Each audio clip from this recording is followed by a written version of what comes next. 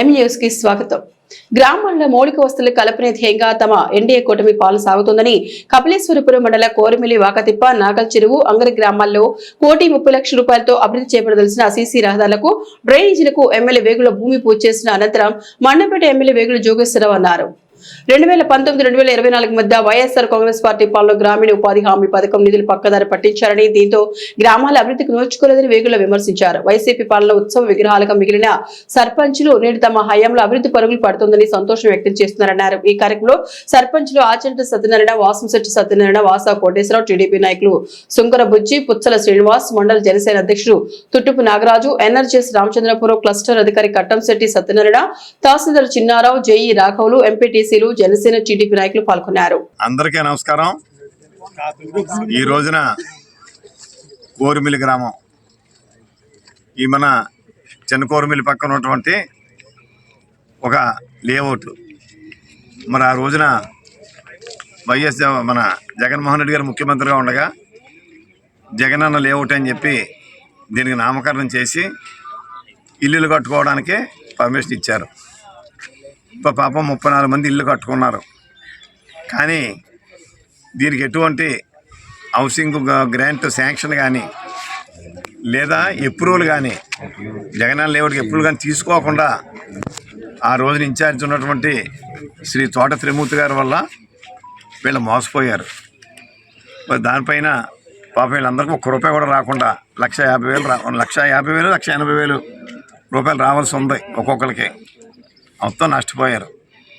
ఇప్పుడు దీన్ని ఈ లేఅవుట్గా నామకరణం, దీనికి లేఅవుట్గా గుర్తింపు లేనందువల్ల కరెంటు కూడా మరి వీళ్ళే డబ్బులు కట్టుకోవాల్సిన పరిస్థితి వస్తే మరి మన సర్పంచ్ గారు శ్రీ సత్యనారాయణ గారు పంచాయతీ నిధుల నుంచో కొంత డబ్బు కట్టి ముందు కొన్ని స్తంభాలకే మరి మనం స్తంభాలు వేయించి తాత్కాలికంగా కరెంటు సమస్యని అధిగమించడం జరిగింది.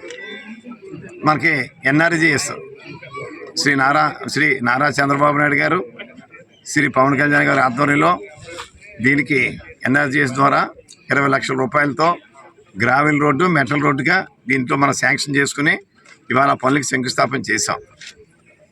ముఖ్యంగా మరి ఈ ఏరియాకి ఈ కాలనీకి శ్రీ పవన్ కళ్యాణ్ గారి పేరున, డిప్యూటీ ముఖ్యమంత్రి అయినటువంటి శ్రీ పవన్ కళ్యాణ్ గారి పేరున దీనికి నామకరణం చేసి పంచాయతీ తీర్మానం కూడా చేసి మరి మనకి శ్రీ పవన్ కళ్యాణ్ గారి పేరు పెట్టుకోవడం జరిగింది.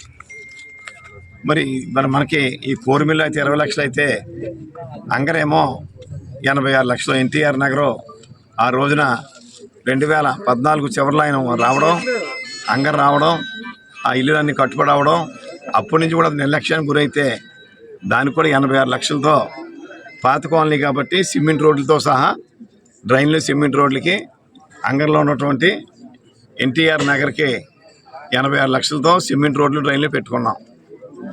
అదేవిధంగా ఓకతిప్ప 20 లక్షలు, నారాయణలంకి 20 లక్షలు, 5 లక్షల రూపాయలు అయితే ఓకతిప్ప, మరి కేదార్లంకి ఒక 20 లక్షలు చొప్పున మొత్తం 1,70,00,000 ఎన్ఆర్జీఎస్ నుంచి నిధుల్ని ఇక్కడ మనం కేటాయించుకోవడం జరిగింది. ఏది ఏమైనప్పటికీ ఈ కూటమి ప్రభుత్వం వచ్చిన తర్వాత అన్ని గ్రామాల్లో కూడా అభివృద్ధి ఏ రకంగా జరుగుతుందో మనం చూస్తూ ఉన్నాం. అందులో భాగంగానే ఇవాళ 1,70,00,000 రూపాయలతో ఇవాళ కొన్ని కార్యక్రమాలను శంకుస్థాపన చేసుకుంటున్నాం. ముఖ్యంగా ఇది ఏదైతే ఇల్లులు కట్టుకుని ఈ యొక్క హౌసింగ్ గ్రాంట్ రాకుండా నష్టపోయారో వీరందరినీ కూడా డిప్యూటీ ముఖ్యమంత్రి శ్రీ పవన్ కళ్యాణ్ గారికి, అదేవిధంగా శ్రీ నారా చంద్రబాబు దృష్టికి తీసుకువెళ్లాలని చెప్పి వాళ్ళకి విజ్ఞప్తి చేశాం. నా వంతు కృషి నేను చేస్తాను. ఏదేమైనా ఇది మరి రూల్స్కి ముందు ఇల్లు కట్టుకున్నాక మరి మనకి శాంక్షన్ కాబట్టి మరి దీనికి కొంచెం పెద్ద నాయకులు ఇద్దరే దీనికి ఏమన్నా కొంచెం న్యాయం చేయాలి. కాబట్టి మరి ఈ కూటమి ప్రభుత్వంలో ఈ హామీలు అన్నీ కూడా ఒక్కొక్కటి నెరవేరుస్తూ ముందుకు సాగుతాం. మరిన్ని తాజా వార్తా విశేషాల కోసం ఎంన్యూస్ ని సబ్స్క్రైబ్ చేయండి, మీ మిత్రులకు షేర్ చేయండి.